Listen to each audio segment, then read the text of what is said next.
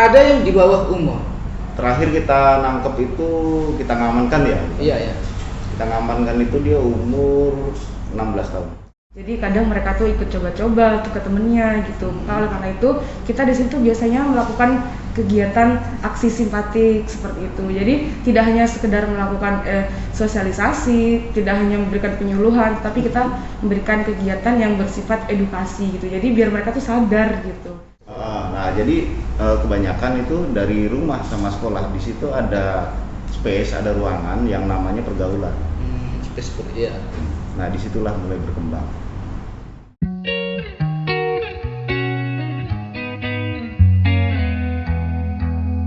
Ya, 75 pelaku yang ditangkap oleh Satres Narkoba Polres Pamekasan selama tahun 2021 itu. Pengen tahu nih, daerahnya paling banyak itu mana? Kecamatan. Cukup kecamatan aja. Rata. Kenapa rata? Rata. Untuk Pamekasan ya? Iya, iya. Rata. Jadi seluruh kecamatan di Pamekasan Rata. ada penggunanya dari 75 Ada. itu. Iya. Kalau yang paling banyak? Yang paling banyak itu kita random sih. Jadi karena personil kita juga terbatas. Jadi begitu ada informasi kita langsung dalami terus. Jadi nggak fokus ke satu daerah gitu, enggak. Kota misalnya kota terus enggak. Jadi di kota ini malah dia 60-40 lah. 60-40. Jadi sebenarnya bukan hanya orang kota gitu kan yang menjadi pengguna narkoba hari ini, tetapi sudah rata. Dari swasta sampai pegawai, dari pelajar sampai orang nganggur, dari tua sampai muda Ada. Kalau kelas ekonomi, saya pengen tahu nih, apa mereka dari golongan orang kaya dalam kategori, maksudnya dia sudah gaya hidupnya memang sudah agak lebih menengah ke atas, atau memang juga justru dari yang kelas ekonomi biasa gitu, maksudnya menengah ke bawah? Ya sama juga. Sama juga. Sudah merata seperti itu. Iya, kita nggak ngelihat kebanyakan tuh kan gini, oh itu barangnya orang kaya. Sekarang udah enggak. Enggak. Ya maksud saya yang ditangkap itu mereka, saya pengen tahu nih profilnya nih. Oh ternyata narkoba itu hanya golongan orang kaya yang, atau oh ternyata nih ada nih miskin juga, ternyata dia karena ikut-ikutan di awalnya kemudian dia.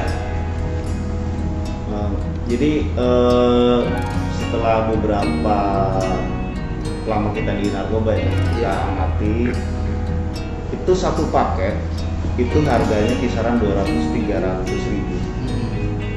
Kita ngumpul teman orang 4 50-an ribu gitu, 50 ribuan gitu, udah ngumpul 200 dapat satu paket.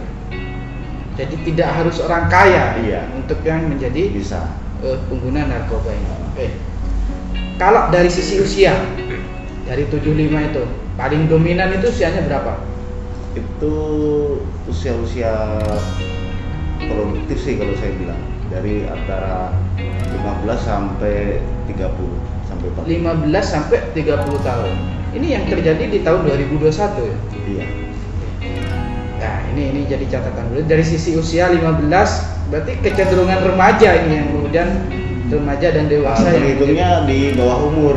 Nanti setelah divonis hakim dokter. Ada yang di bawah umur. Terakhir kita nangkep itu, kita ngamankan ya. Iya ya. Kita ngamankan itu dia umur 16 tahun. 16 tahun. Oke. Ini ya, jadi dari sini kan kami sedikit memahami nih profilnya. Pertama kan dari sisi usia produktif, bahkan kemudian di usia remaja ya, masuk remaja ke menjelang dewasa, dan ada yang dewasa tapi masih masa produktif.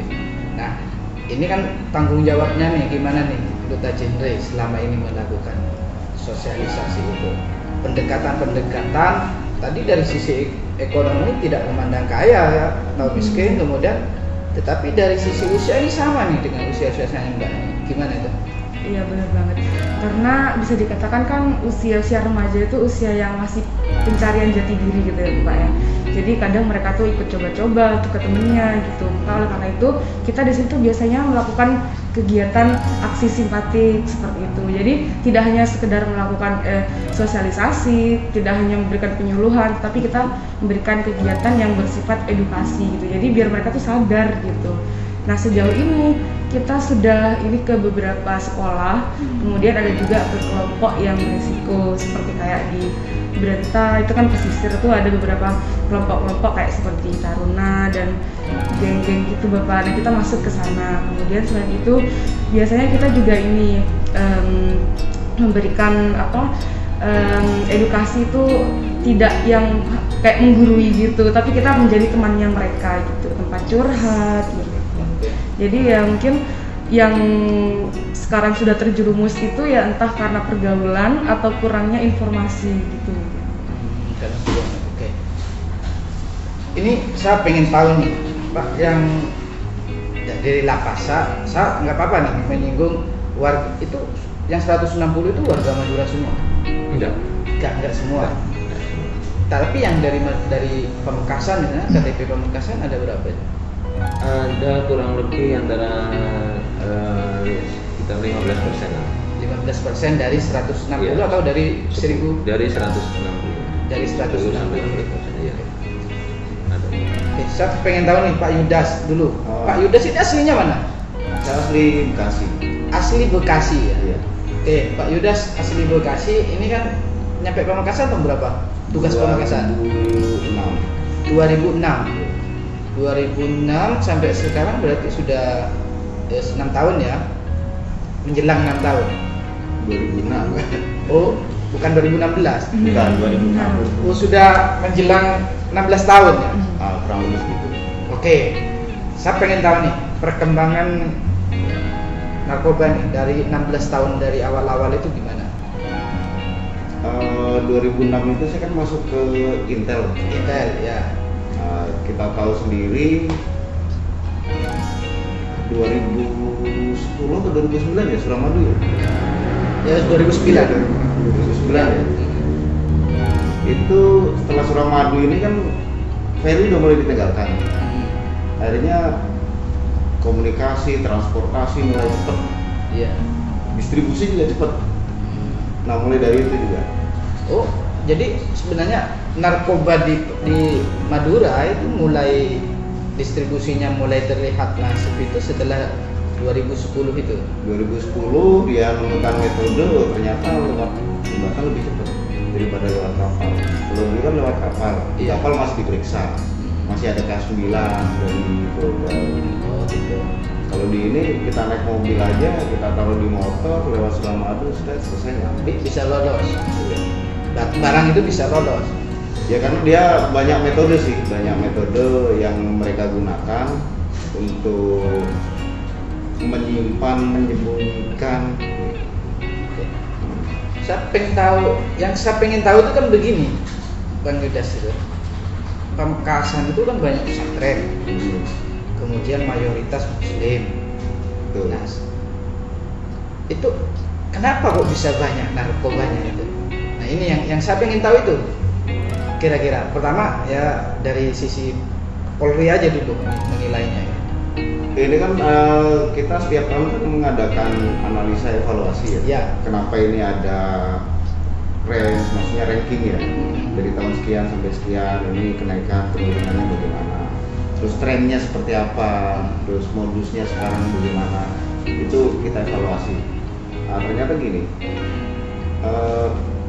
Kita sibuk sama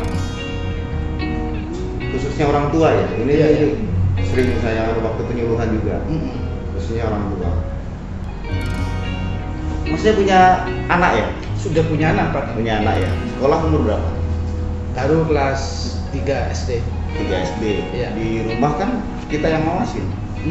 Di sekolah gurunya yang ngawasin. Iya. Antara rumah sama sekolah siapa yang ngawasin? Ya. Antara rumah Dan sekolah. Saya masih SD, masih tetanggaan sekolah. Nah, jadi kebanyakan itu dari rumah sama sekolah. Di situ ada space, ada ruangan yang namanya pergaulan. Seperti ya. Nah disitulah mulai berkembang.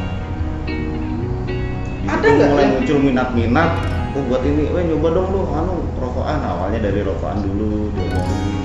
Gitu, ini ada nih rokok Amerika nih. Oh gitu. Heeh. Jadi awalnya dari rokok. Dari pergaulan. Oh, dari pergaulan dan kemudian merasa gaya-gaya hidup gitu kan. Oke. Itu ada nggak yang dari santri yang ditangkap? Yang pernah nyantri maksudnya? Kalau santri selama 2021 ini tidak ada, cuman yang pernah mondok itu ada. Ada. Oh, pernah mondok. Saya pengen tahu nih, kalau pernah mondok ini maksudnya dia lulus total di pesantren apa tidak, itu kan bisa dikatakan usia berapa? Itu yang Pernah mondok? terakhir ini 34 tahun. Terus sebelumnya itu ada lagi 28 tahun. 28 tahun. Kalau mondok itu kan biasa rata-rata kalau misalnya dia masuk di tingkat MTS atau SMP kan 6 tahun gitu. Dia seharusnya sudah tuntas mungkin di pesantren gitu kan. Ya mungkin senior nih. Ya, bisa jadi senior. Itu artinya narkoba sudah masuk kepada orang yang pernah nyantri. Kalau ini yang ditangkap itu kan sudah pernah nyantri ya.